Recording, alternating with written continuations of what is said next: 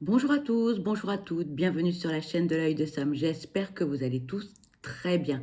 Eh bien moi je suis très heureuse de vous retrouver pour cette dernière guidance qui est juste pour vous. Et comme vous le savez, eh bien donc cette guidance elle a une saveur très particulière pour moi parce qu'on imagine que nous sommes ensemble dans la même pièce entre potes et que l'on papote de tout, de rien, avec bienveillance, avec compassion, avec empathie et surtout sans jugement. Alors cette dernière guidance de l'année, eh bien, on m'a demandé de changer un petit peu les choses. Euh, il n'y aura pas de tirage avec des oracles. Voilà. On m'a demandé de vous relater deux, trois petites histoires qui ont toutes un sens et qui peut-être feront émerger des choses en vous, vous amèneront à réfléchir et peut-être à vous aider à cheminer dans votre quotidien. Voilà. Donc, pas de tirage d'oracle, les amis, vous l'avez compris. Donc, trois petites histoires et vous verrez, ça amène vraiment à méditer et à réfléchir sur notre façon d'être. Alors, j'ai pris en fait cette boule, voilà, cette boule de lumière. Et si je tourne cette boule de lumière, eh bien, en fonction de l'emplacement, de la façon dont vous regardez la vidéo, eh bien, en tournant cette boule de lumière, nous avons tous et toutes une vision différente de cette lumière. Et j'ai trouvé que c'était une belle image par rapport à ce qui va suivre. Voilà. Donc, chacun a sa vision des choses, chacun voit différemment, on est d'accord. Chacun a un ressenti aussi différent par rapport au quotidien, aux épreuves de la vie, aux relations sociales, qu'elles soient professionnelles, amicales ou familiales. J'ai trouvé que c'était une très belle image en fait pour cette guidance. Voilà. Alors la première histoire. Eh bien, on va parler de Franck. Alors, naturellement, j'ai changé les noms, les prénoms et pas mal de choses, hein, parce que je ne souhaite pas que la personne se reconnaisse ou soit reconnue. Voilà. Donc, on va parler de Franck, qui a 40 ans, qui est divorcé, c'est un papa, et qui s'apprête à fêter Noël en famille.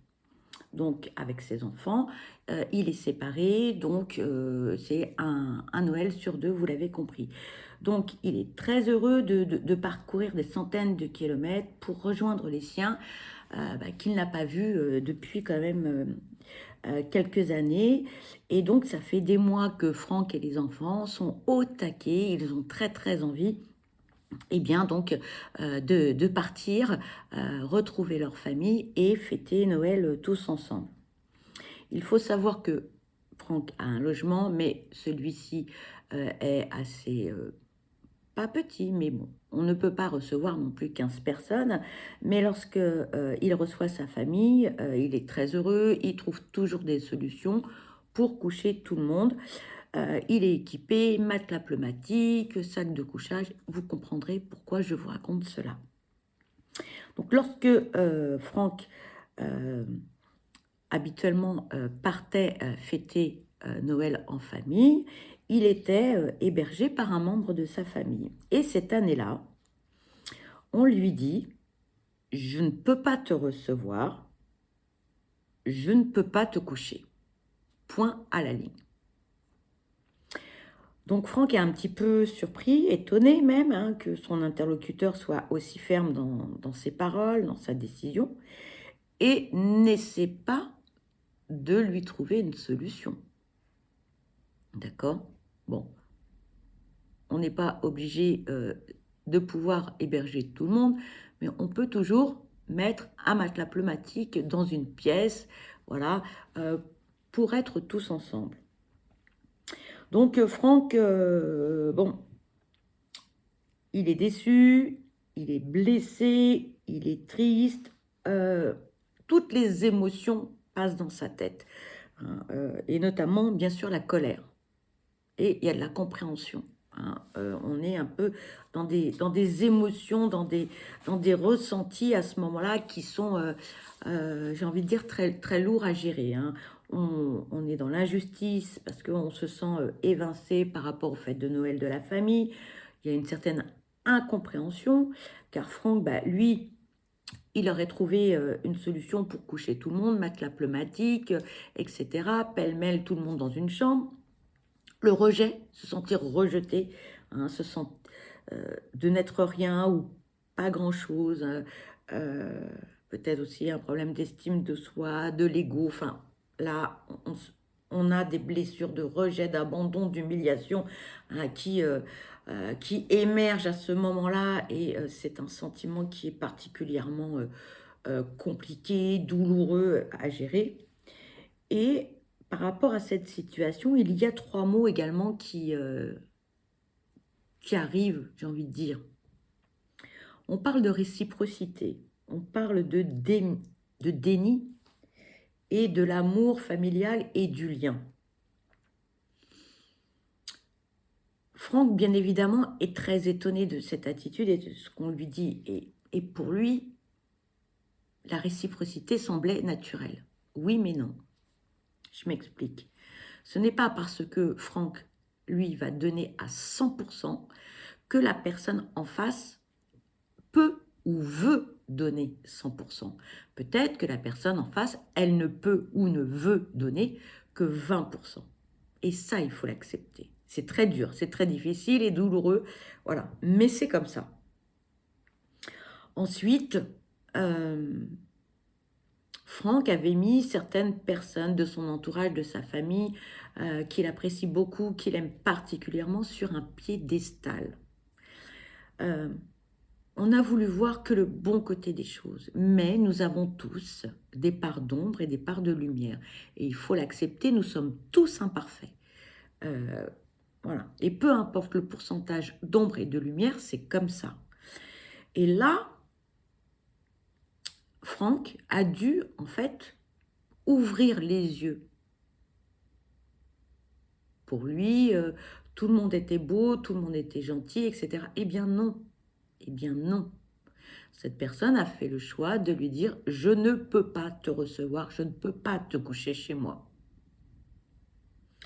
Et ensuite, eh bien, ce fameux lien familial, ce lien que Franck pensait si fort, indestructible, bien évidemment que celui-ci a été abîmé. On est bien d'accord. Donc Franck était dans le déni total. Il idolâtrait certaines personnes, il était aveuglé par cette affection si forte. Il était dans les illusions et il se mentait à lui-même parce qu'il ne voulait pas voir certaines parts d'ombre de personnes qu'il aimait particulièrement. Alors cette situation, elle a été bien évidemment compliquée à gérer, difficile, douloureuse. Il a fallu faire quand même un gros travail sur soi. Franck a ouvert les yeux sur certains membres de sa famille, sur les événements qui se sont déroulés et aussi sur sa façon à lui d'interpréter les choses, de voir les choses, de les ressentir et d'accepter aussi que la réciprocité n'est pas égale pour tous, que ce lien familial n'a pas forcément la même importance pour tous, d'accord? Et cet événement lui a obligé d'ouvrir les yeux et de ne plus être dans le déni. Donc là, effectivement, on s'écroule un peu parce que c'est compliqué en plus par rapport aux fêtes familiales, que ce soit Noël, peu importe vos croyances et vos traditions, Noël, Pâques ou d'autres fêtes, etc. C'est toujours un peu compliqué. On est bien d'accord. Donc, Franck a mis du temps à guérir de cette blessure, ce lien qu'il pensait si fort, qui a été particulièrement fragilisé. Donc, comme je vous le disais, obligation de faire un gros travail sur soi. Alors,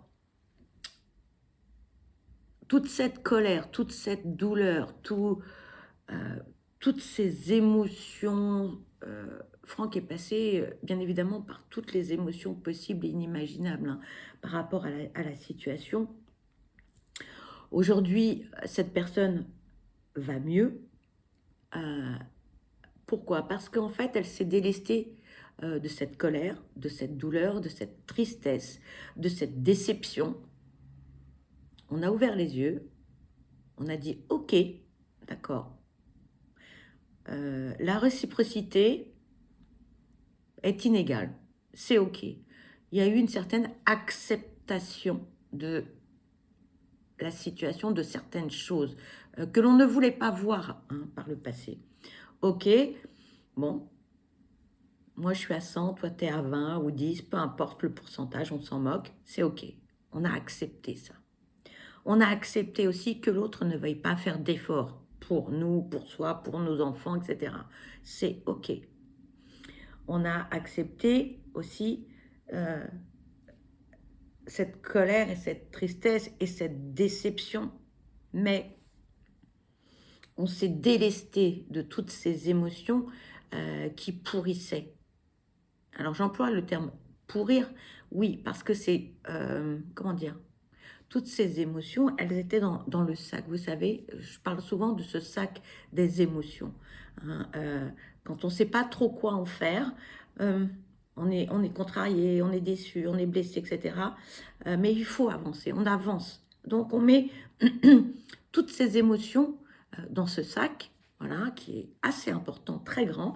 Et puis par-dessus, eh bien, on met du tissu, des choses, un mouchoir, on met des choses plus agréables, etc. Voilà, hein. Et puis on fait comme si de rien n'était. Sauf que là, tout est ressorti. Il a fallu le vider, ce sac, hein. Il a fallu se délester, il a fallu s'alléger de toute cette douleur, de toute cette colère, de toute cette haine, de toutes ces émotions qui sont passées. Voilà, un coup on était en haut, en bas, ça a déstabilisé, ça, un certain déséquilibre émotionnel naturellement. Donc, le fait de se délester de tout cela et de se dire, mais la situation, ok, tu veux pas de moi. De dire, je te pardonne ce que tu as fait. Et là, je vous entends me dire, mais c'est pas possible, on peut pas pardonner. Eh bien si. Pourquoi? Parce que le pardon va vous alléger. Vous allez, comment dire, expulser toute cette colère qui vous tient sur l'estomac, sur le ventre. Peut-être que certains peuvent somatiser aussi, avoir mal au dos. J'en ai plein le dos de cette situation, etc., que j'arrive pas à générer parce que émotionnellement parlant, ça m'a tellement pris les tripes, la déception, etc. Donc, Franck a réussi à se délester de ce fardeau que quelque part on lui a envoyé et qu'il a reçu de pleine face. D'accord? Aujourd'hui, Franck n'est plus malheureux comme par le passé parce qu'il a accepté ses différences, il a ouvert les yeux. Franck n'est plus dans le déni. Franck ne met plus toutes ces personnes qu'il idolâtrait et qu'il aimait sur un piédestal. Voilà. Il s'est délesté de ce poids qui était douloureux, qu'il portait, et de tous les agissements d'autrui. Alors naturellement, le lien a été abîmé, le lien s'est étiolé, voilà. Il n'est pas totalement rompu, mais Franck a réussi à lâcher prise sur cette situation et aujourd'hui, Franck n'est plus malheureux, ni heureux, puisque en fait, son ressenti est neutre aujourd'hui. Voilà. Donc, par rapport eh bien, donc, à cette anecdote, on ne peut pas, j'ai envie de dire, garder toute cette colère, toute cette haine nous concernant. On ne peut pas exiger d'autrui une certaine réciprocité. Je donne 100, tu me donnes 100. Non, c'est pas possible. Nous sommes tous différents avec nos parts d'ombre et nos parts de lumière. D'accord? Donc voilà. Ça, c'était pour la première petite anecdote. La seconde anecdote, on va l'appeler Karine. Donc voilà, c'est une femme qui est seule le soir du 24 et du 25 décembre. Vous allez me dire, bon, c'est une situation qui est un peu tristoune, c'est vrai. Malheureusement, il y a beaucoup de gens qui sont seuls pendant les fêtes. Voilà, mais seuls physiquement, j'ai envie de vous dire, parce que nous ne sommes jamais seuls. Nous avons toujours autour de nous des êtres de lumière qui nous accompagnent. Après, on ressent les choses ou pas, on voit les signes ou pas, mais nous ne sommes jamais seuls. D'accord? Donc, Karine, le 24 décembre et le 25, Karine est seule. Par rapport à cette anecdote, il va sans dire qu'il y a beaucoup de nostalgie pour Karine, il y a beaucoup de tristesse, il y a beaucoup de vagues à l'âme, beaucoup d'émotions. Voilà. C'est un moment qui est compliqué.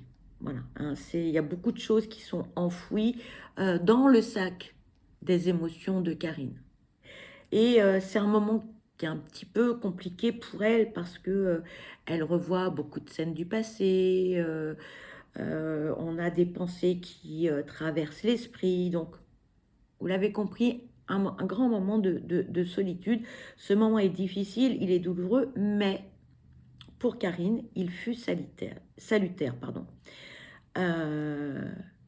Parce que quelque temps plus tard, Karine a pu analyser, décortiquer toutes les scènes qui lui ont traversé l'esprit durant le 24 et le 25 décembre, tous ses ressentis. Elle s'est replongée un petit peu dans son passé. Elle a pu analyser certaines choses de sa vie, de son entourage, de ce qu'elle a pu faire, pas faire, bien faire, etc. Et en fait, ce moment de solitude qui peut être difficile et douloureux lui ont permis de guérir de certaines de ses blessures. C'est un moment, 24 et 25 décembre, difficile, mais ça a été très salutaire pour Karine parce que ça lui a permis de mieux se connaître, de savoir quelles étaient les choses qu'on peut réussir, moins réussir, l'entourage, l'environnement, ce que l'on attend de la vie, etc. Et ce qui lui permet, eh bien, aujourd'hui, d'avancer positivement et de savoir véritablement où elle veut aller, comment elle veut y aller et avec qui elle veut y aller. Voilà. Tout ça pour dire que tout ce qui ne nous tue pas nous rend plus forts. Se débarrasser de la douleur que l'on a en soi. Parfois, ce sont des blessures qui viennent de notre enfance. Parfois, c'est conscient, parfois, c'est inconscient. Comprendre que nous sommes tous différents, comprendre comment on fonctionne, pour quelles raisons on agit comme ceci ou comme cela, ce qui est bon pour nous ou pas, ce qui est bon pour les autres aussi, la réciprocité, accepter nos différences, accepter que on ne peut pas exiger des autres ce que l'on est soi-même, que ce soit dans la générosité du cœur, la générosité financière, mais dans la réciprocité. Voilà, il y a des gens qui donnent tout à 40 000 %. Mais ce n'est pas forcément une bonne chose de tout donner. Et on en arrive à cette troisième anecdote. C'est une personne qui, pendant des décennies, était la première personne à souhaiter l'anniversaire d'un tel, à souhaiter un joyeux Noël, à souhaiter les vœux, etc., etc., à souhaiter les fêtes religieuses, quelles qu'elles soient. Et puis un jour, cette personne, elle a décidé de ne plus être la première à envoyer un message. Et cette personne, elle s'est dit, eh bien maintenant, je vais attendre de voir qui va m'envoyer un message. Et cette personne fut surprise de constater que, eh bien, que ce soit pour son anniversaire, que ce soit pour les fêtes religieuses, quelles qu'elles soient, euh, peu importe les événements de la vie où on aime bien recevoir un petit message, eh bien personne ne lui envoyait de message. Comme quoi, moralité, la générosité, oui, mais trop de générosité tue la générosité. Donc il faut apprendre à doser, il faut apprendre le juste équilibre. Donner, oui, mais ne pas se donner à corps perdu, que ce soit en amour, en amitié, la famille, etc. Parce qu'il y a un déséquilibre, d'accord? Alors cette personne, forcément, bien, quand elle s'est rendue compte que personne ne l'appelait, ou très peu, a fait un grand ménage autour d'elle, a fait presque le vide, j'ai envie de dire, et a gardé eh bien, donc, le meilleur, les personnes qui, elles, ont fait le premier pas, ont rédigé le premier message ou ont effectué le premier appel téléphonique vers elle. Et curieusement, cette personne va bien, va mieux. Alors sur le moment, oui, ça a été brutal, oui, ça a été douloureux de se dire mais personne ne me contacte, personne ne m'envoie un texto, personne ne m'appelle, etc. Mais aujourd'hui, cette personne, elle est beaucoup plus sereine, elle est beaucoup plus en paix avec elle-même et les relations qu'elle peut avoir avec très très peu de personnes, ce sont de très belles relations, ce sont des relations indéfectibles, j'ai envie de dire. D'accord? Et puis, la quatrième anecdote, et celle-ci, je la trouve, je l'ai gardée pour la fin parce qu'elle est vraiment très très jolie. C'est le... Non, je ne vous donne pas le titre parce que sinon vous allez vous douter. C'est une personne qui, le 24 décembre, va faire des petites emplettes, les dernières petites courses. Cette personne, elle est seule, d'accord? Et puis elle rentre chez elle, elle ouvre sa boîte aux lettres, il est 15 heures et effectivement, dans la boîte aux lettres, il y a un colis. Bon, donc cette personne regarde le colis et le destinataire du colis n'est pas pour cette personne. Donc, elle contacte le destinataire du colis en lui disant « Écoute, c'est bizarre, j'ai un colis dans ma boîte aux lettres à ton nom. » Donc, le destinataire, le pseudo-destinataire du colis lui dit « Écoute, c'est normal, ce colis est pour toi. » Donc, la personne est très heureuse, la remercie et lui dit « Écoute, eh bien, j'ouvrirai le paquet à minuit ce soir. » Arrive l'heure fatidique, la personne ouvre son colis, envoie un message eh bien donc, à la personne qui lui avait offert le présent et lui décrit, la remercie en lui décrivant eh bien donc, ce qu'elle avait dans son colis. Et l'interlocuteur lui dit « Mais tu n'as eu que ça dans ta boîte aux lettres ?» Donc, la personne lui dit « Oui, j'avais que ça dans ma boîte aux lettres. » Et l'interlocuteur lui dit « Redescends dans ta boîte aux lettres, va voir dans ta boîte aux lettres. » Et donc, la personne est interloquée, elle dit là, il est minuit. Et la personne insiste, elle lui dit « Va voir dans ta boîte aux lettres. » Donc, la personne, minuit, elle redescend, elle va chercher dans la boîte aux lettres. Et effectivement, il y avait un paquet, un deuxième colis avec un deuxième cadeau. Pour cette petite histoire, cette personne qui, à 15 heures, rentre chez elle après avoir fait 2-3 petites courses et qui est seule, qui prend son colis, qui rentre chez elle tranquillou et qui est très heureuse déjà d'avoir un paquet, n'était pas dans l'attente d'avoir autre chose. C'était déjà formidable pour elle d'avoir un présent. Le fait de ne pas être dans l'attente fait que les choses arrivent. Et là, alors vous allez me dire, oui, c'est Noël, c'est la magie de Noël, etc. Mais pas que. Si vous êtes dans l'attente, lorsque l'on est dans l'attente de quelque chose, on envoie des énergies d'attente à l'univers. Donc, si on envoie des énergies d'attente, l'univers vous renvoie quoi? De l'attente. Si vous êtes de mauvaise humeur, si vous êtes grognon, si vous en voulez à la terre entière, et j'en passe et des meilleurs, vous envoyez des énergies négatives. Donc, l'effet miroir, on va vous renvoyer des énergies négatives.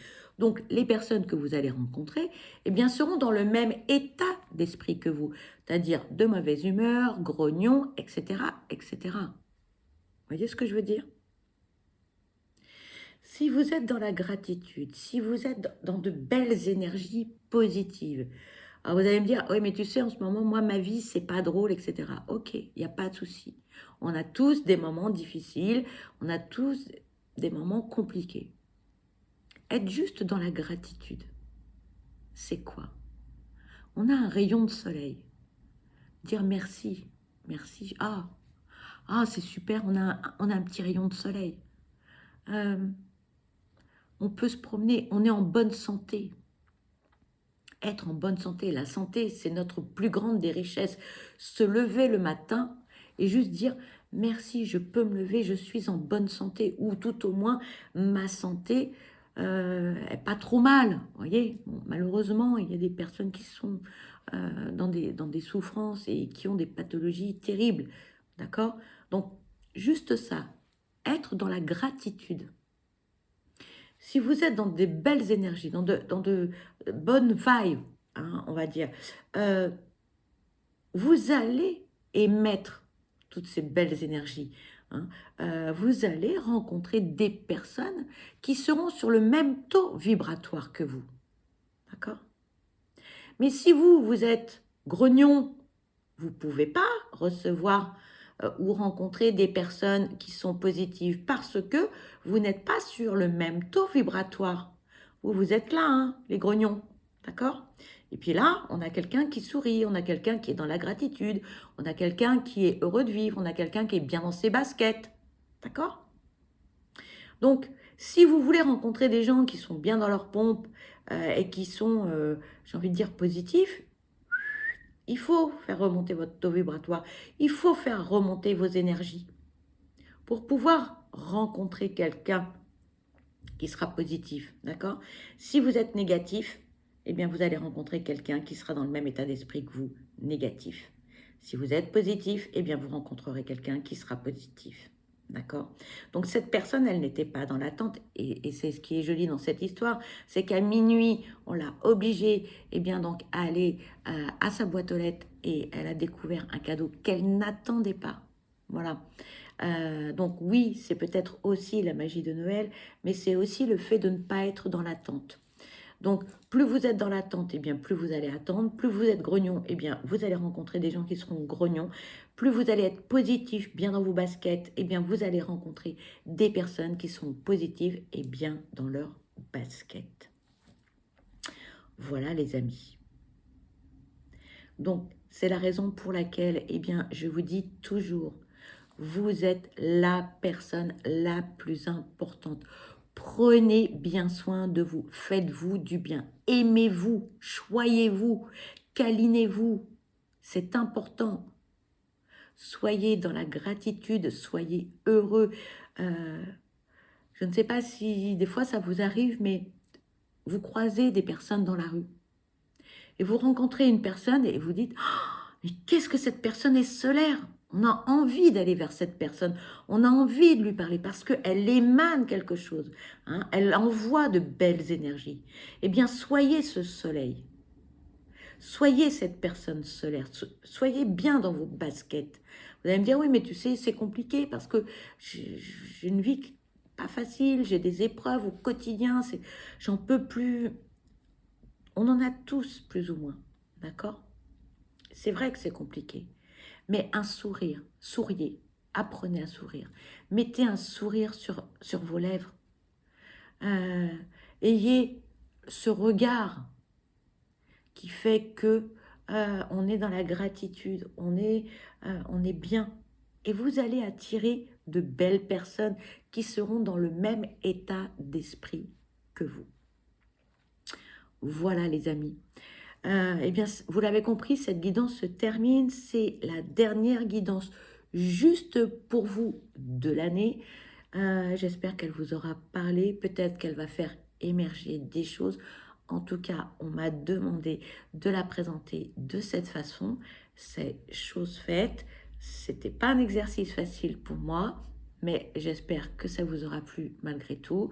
Regardez la lumière, peu importe ce que vous voyez, dites-vous que on est tous différents, on a tous le droit à la différence et c'est ok, il faut accepter nos différences, nos parts d'ombre et nos parts de lumière.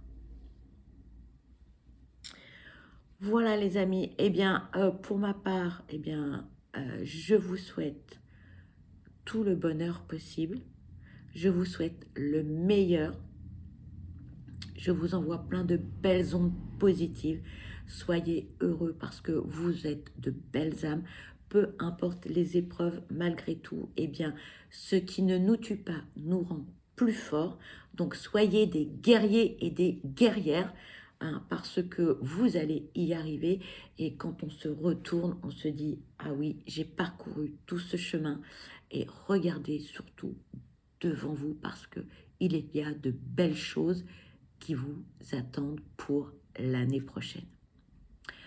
Je vous dis à très vite, à l'année prochaine. Je vous embrasse bien fort et surtout, prenez bien soin de vous. À bientôt. Bye bye.